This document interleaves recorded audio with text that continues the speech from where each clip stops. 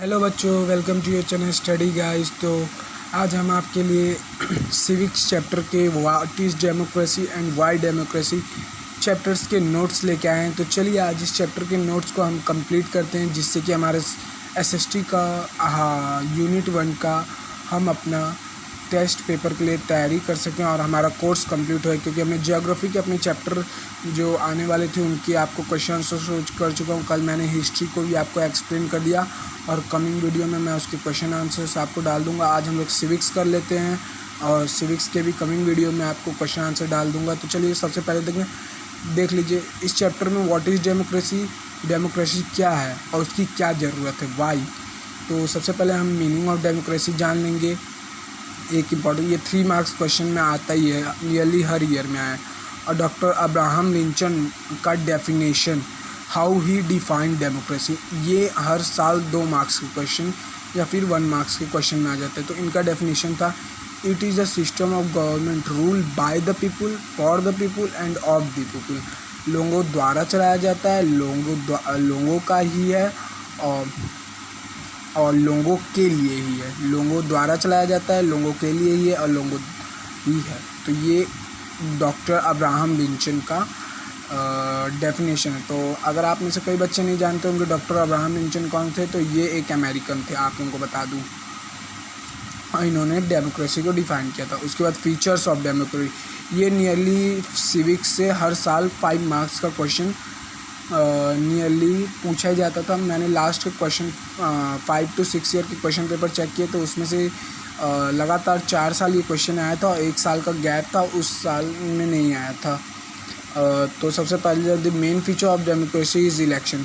Election सबसे main होता है। आप जैसे देख सकते हैं हमारे भारत देश में डेमोक्रेसी है, इलेक्शन होता है, 4-5 तरह की पार्टियां हैं, इलेक्शन होता है, हम अपने फेवरेट पार्टी को चुनते हैं और वही रूल करती है। फिर द रूल ऑफ लॉ, यानी कि संविधान का सबको बराबरी हो, rule of law. The another feature of democracy is rule of law. In here it refers to the equality, यहाँ कोई discrimination, all citizens are equal. Existence of political party, democracy का एक इम्पॉर्टेंट पार्ट होता है existence of political party. Democracy का जैसे हमने अभी फर्स्ट फीचर सीखा, इलेक्शन कब होगा, जब एक से अधिक पार्टी रहेंगी तभी इलेक्शन कर सकते हैं। अब मान लीजिए एक बीजेपी ही रहेगी तो बार बार तो पावर उसी के हाथ में जाएगा। वह जैसे कि आप एग्जांपल ले सकते हैं रशिया में एक ही पार्टी का रूल चलता है। चाइना में भी एक ही पार्टी का रूल चलता है।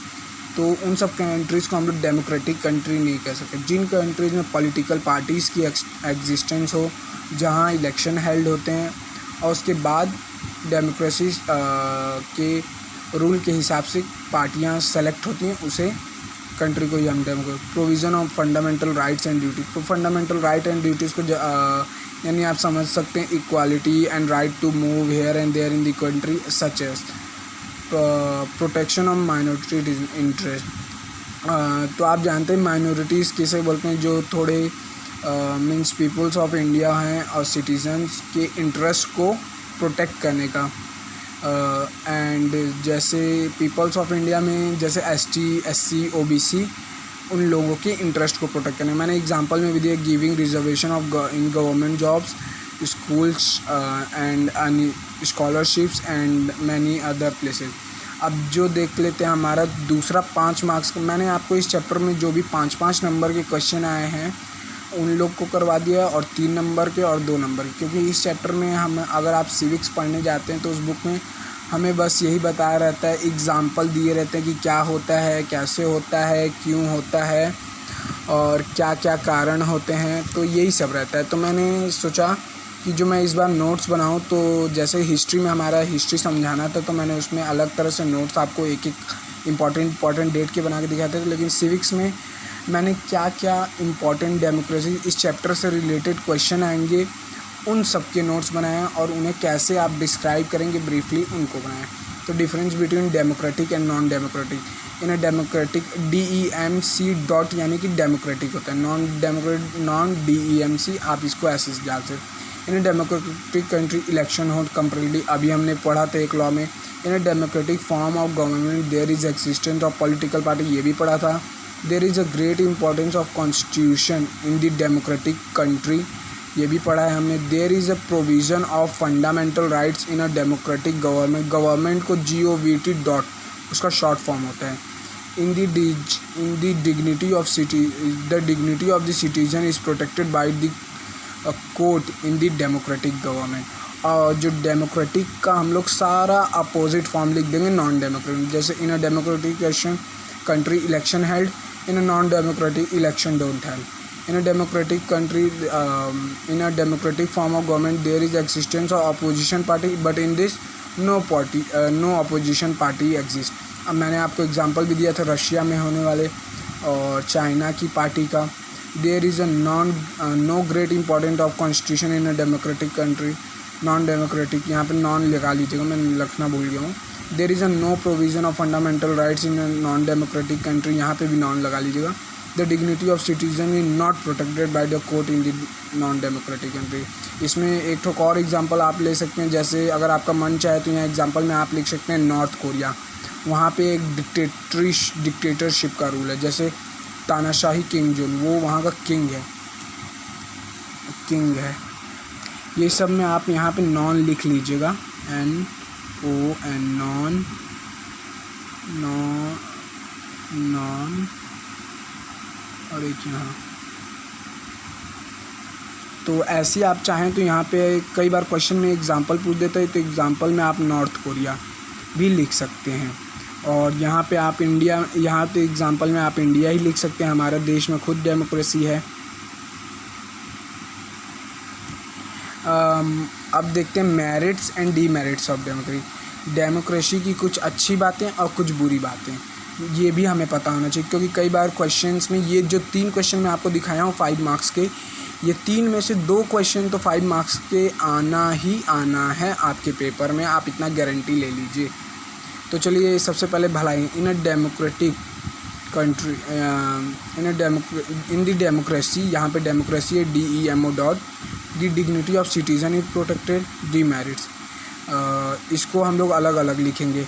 इसमें कोई अपोजिशन या मतलब कि in democracy the dignity of citizen is protected, merits, demerits, in democracy government do not remain stable, they change continuously. हम लोग जानते ही, जैसे हमारे देश में हर साल 5 साल के बाद इलेक्शन होता है, तो हम लोग देखते हैं अभी तो हमारे देश में BJP का रूल नियरली 10 ईयर्स कंप्लीट हो जाएंगे या हो चुके हैं, आप समझ सकते हैं, उनका रूल चल रहा है। लेकिन उनसे पहले कभी कांग्रेस, कभी सपा, या फिर आप स्टेट में एग्जांपल ले सकते हैं। जैसे अभी हाल ही में कुछ दिनों पहले मुंबई में हमारा एक कोलिशन गवर्नमेंट का रूल था, लेकिन अब BJP का आ गया।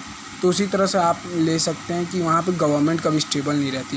इन a democracy government judiciary give free and fair justice, judiciary democracy, हम जानते हैं हमारी गवर्नमेंट फ्री एंड फेयर, जैसे हमारा high court free and fair बिना किसी भेदभाव के एकदम सही निर्णय देता है।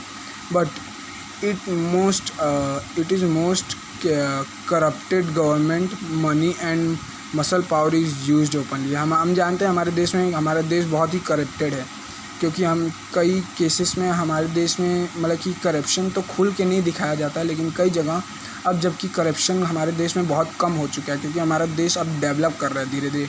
तो पहले के टाइम में करप्शन बहुत होता होगा, आप भी जानते होंगे, लोग घूस दे के काम निकलवा लेते थे, और मसल पावर का यूज़ ओपनली होता है, यानी कि आप समझ सकते, लड़ाई झगड़ा मारपीट, इन सबको ही मसल पावर कहते हैं। अब आ जाते हैं यहाँ पे, people are given choice to vote their representative, merits अच्छी बातें हैं, and demerit, in democracy decisions are taken late. जो हम लोग ने यहाँ पे लिखा था, क्या बोलते हैं कि हमारा judiciary free and fair justice देता है, उसके बगल में आप लिख लीजिएगा डीमेरिट्स में कि हमारे जो अभी हमने 3rd पॉइंट पढ़ा, in democracy decisions are taken very late, means हम लोग देखते हैं हमारे यहाँ के हाई कोर्ट्स, जुडिशियल कोर्ट्स, इन सब में कोई भी कार्रवाई होती तो उसके लिए बहुत लॉन्ग प्रोसेस की या बहुत टाइम बाद ही उसका वो निकलता है result. The fundamental rights are provide in democratic government, ये जानते हैं मैं अच्छी बातें। The opinion of minorities are not listen, यानी कि जो ST SC हमारे देश में तो अब इक्वालिटी बहुत ही अच्छे से आ चुकी है, क्योंकि हमारे देश के अब नए प्रेसिडेंट भी एक वेरी स्मॉल कास्ट से बिलोंग करते हैं। और डॉक्टर बाबा साहब अम्बेडकर जिन्होंने हमारे देश का कॉन्स्टिट्यूशन बनाया, उन्होंने ये कहा था जिस दिन इस देश का राष्ट्रपति कोई छोटी जात से बन जाएगा उस दिन समझ लीजिएगा कि हमारे इस देश में सामान्यता आ चुकी है। तो हम लोग अब कह सकते हैं कि हमारे देश में एक तरह से सामान्यता आ चुकी है। मगर हम एक डिमेरिट जरूर लेंगे, भले ही हमारे देश में बड़े बड़े पदों पर सामान्य आ चुकी है, लेकिन गांव में अभी भी जाएंगे तो देखेंगे छोटे बड़ी कास्ट वास्ट की जैसी बातें की जाती है। In a democratic government liberty is given regarding speech, job, settlement, religion. मतलब कि लिबर्टी आप समझ सकते हैं एक तरह से कि कहीं पे भी आने जाने का हमारे देश में रोक नहीं है। आप कभी उठ के आप यूपी में रहते हैं, मान लीजिए आप यूपी से चले गए छत्तीसगढ़, क्या आपको गवर्नमेंट को कुछ बोलना पड़ा कि मैं यूपी से उठ के जा रहा हूँ छत्तीसगढ़, मेरे को ये प्रोसेस वो ये चीज़ करना है? आपको नहीं है। आपको फ्री एंड फेयर मूविंग है, आप चाहे देश में पूरे कहीं पे भी जाएं आपको फ्री मूविंग है। In the democracy there is a dominance of rich and powerful. हम लोग देखते हैं कि पहले ज़माने में जब जो ज़्यादा पावरफुल था, जिसके पास पैसे थे, वो लोग घूस या पावर के अपने बल पे कुछ भी करवा लेते, लेकिन अब हमारे देश में ये सब भी कम हो चुका है। अब एक लास्ट ये the broader meaning of democracy, ये नियरली 3 मार्क्स क्वेश्चंस में आते हैं, या फिर 3 मार्क्स क्वेश्चन में ही नियरली पूछ लिया जाता है। तो ये नियरली कभी कभी मैंने देखा है कि ये 1 ईयर के गैप में पूछा जाता है, ये लगातार 2 साल भी कई बार पूछ देता है। तो इसको भी इसलिए मैंने लिख लिया है। Democracy simply means the broader meaning of democracy. Democracy simply means the rule of public. It is treated by government, run by people, put in modern time. The meaning of democracy has DEMO यानी democracy has been widened. It has widened means और बढ़ गया. It has redefined, many things have been added in the system. मतलब कि वापस इसे define किया गया और इसमें बहुत चीज़ नई ऐड की गई। और मैं ये जो छोटे छोटे शब्द लिखता हूँ डेमोक्रेसी, ये सब आपको धीरे धीरे याद कर लेने चाहिए, क्योंकि आगे क्लासेस में आप बढ़ते जाएंगे तो आपके टीचर्स आपको डिक्टेट करके लिखवाएंगे, तो वो कई बड़े बड़े शब्द को बोलेंगे, तो उनको आप शॉर्ट फॉर्म में ऐसे लिख के जल्दी जल्दी उनके साथ लिख भी सकते हैं। It is not a form of government but a way of living. Nowadays we include the agency of government, the NGOs, international bodies, UNO etcetera. ये ब्रॉडर मीनिंग ऑफ डेमोक्रेसी हो गया। और इसके बाद में ये चैप्टर अब हमारा कंप्लीट हो चुका है। और एक बार अगर आप खुद से चैप्टर का रीडिंग करते हैं तो मैं आपको जो समझाना चाहता हूँ आप वो समझ जाएंगे कि मैंने क्यों ऐसा नोट्स प्रिपेयर किया है। और इसके बाद जो चैप्टर के पीछे के क्वेश्चन आंसर हैं, मैं उनके आंसर्स नहीं बताऊँगा, क्योंकि हर साल चैप्टर के पीछे के क्वेश्चन आंसर्स नहीं होते। CBSE अलग से चैप्टर के इनसाइड से क्वेश्चन पेपर प्रिपेयर करता है, इसलिए मैं आपको अलग से चैप्टर के अंदर से जो क्वेश्चन बने होंगे वो मैं आपको बना के नेक्स्ट वीडियो में जल्दी से जल्दी आपको प्रोवाइड करा दूंगा। आपको अगर मेरा वीडियो पसंद आया होगा बच्चों, प्लीज़ लाइक, शेयर, कमेंट करना मत भूलिएगा और चैनल को सब्सक्राइब करना मत भूलिएगा। थैंक यू बच्चों।